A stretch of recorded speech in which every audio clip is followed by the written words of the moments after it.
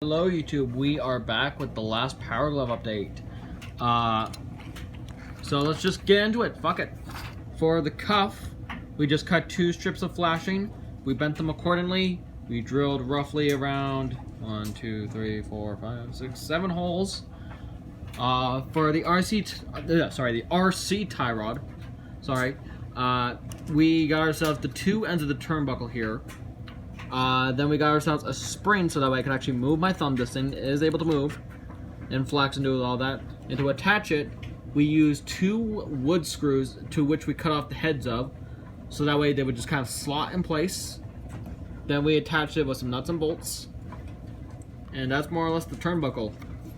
As for this, again, this is just some flashing that was cut, bent, drilled 7 times, and then had these 2 screws go through here. Technically, it's not complete because I need to put some nuts on the end of these screws, but you know, point being. And over here, you got the nice full set, the full completed Power Glove. Pretty happy with this, how this turned out. I also used some nice hammered Rust-Oleum effect on this portion here, as well as this bit here. This is not finished either, just because I couldn't really get into those small, finer details of the brush.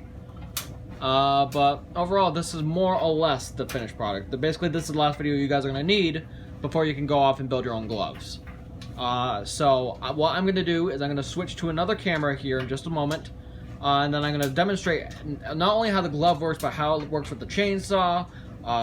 And more or less just kind of give my final thoughts on this piece before you guys go out and build your own. So stay tuned. We are getting to the second half of this video right now. Okay, so we got the glove strapped on here. Nice and tight.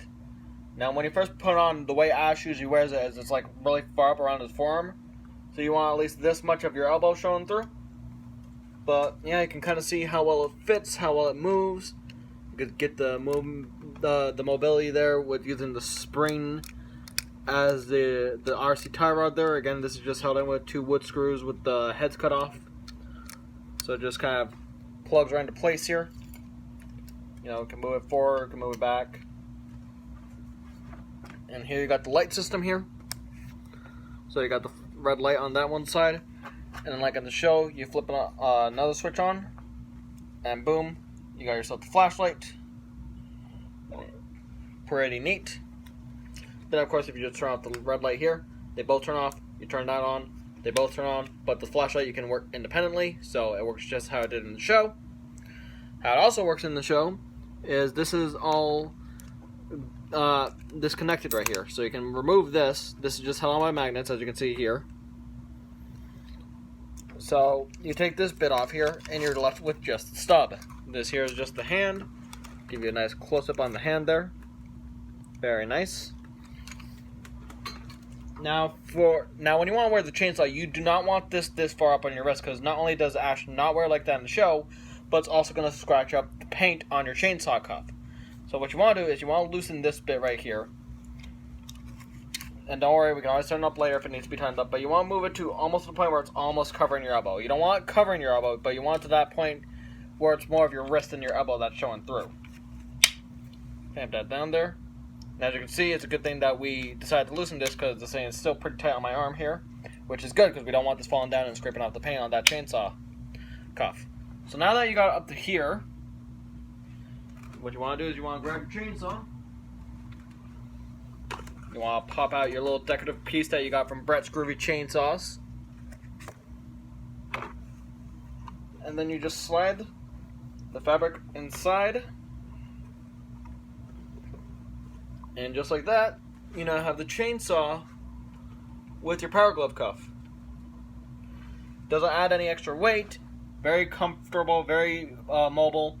I showed this before in one of the later updates regarding the actual cuff itself, but I figured since this is basically the full breakdown of the glove, I figured I'd show you guys how it works in its entirety, both in terms of the lighting system, the cuff itself, and all that. But yeah, pretty happy with how this turns out. Pick up the hand here. So you can see here now, it's in 2 pieces. And you're basically ready for any con, regardless of what version of Ash you want to go as. You can either have both of your hands, you can only have one hand with the chainsaw, whatever you want to do. So I hope these series of videos have helped at least some of you out there build your own Asteroids Evil Dead Power Glove and help you assemble what you need to assemble. Like I said, this is a very intense, complicated project, and this will take some time. Don't expect to get the parts right out of the bag and go, okay, this is how I'm going to build it. This is going to take some time and effort, hence why I made these videos. But yeah, guys, I hope you enjoyed this series of my journey building this Asteroids Evil Dead Power Glove. I am more than proud with this thing. I'm very happy that I got this in my possession. And I'm more than proud that I was the one who built it. So, it's pretty cool. So in the meantime, you guys stay groovy. I'll see you all in the next video, whenever that's going to be. I don't know what my next video is going to be. We're going to see what it is. Might be another collection update. Might be something else. Or it could be a review that's coming in the works. Wink, wink, nudge, nudge. I do have a little something coming in from the KOS, so stay tuned for that grooviness. But until then, guys, I hope you enjoyed this little Power Glove series, and I hope this helps you build your own Asteroids Evil Dead Power Glove, because I know there's a lot of demand for it, but not enough people building it. So hopefully this helps you guys kind of make your own, go out there, get the parts, and do what you need to do. Alright, take care and stay safe, and have a Merry Christmas and Happy Holidays, depending on what you celebrate. And I'll see you soon.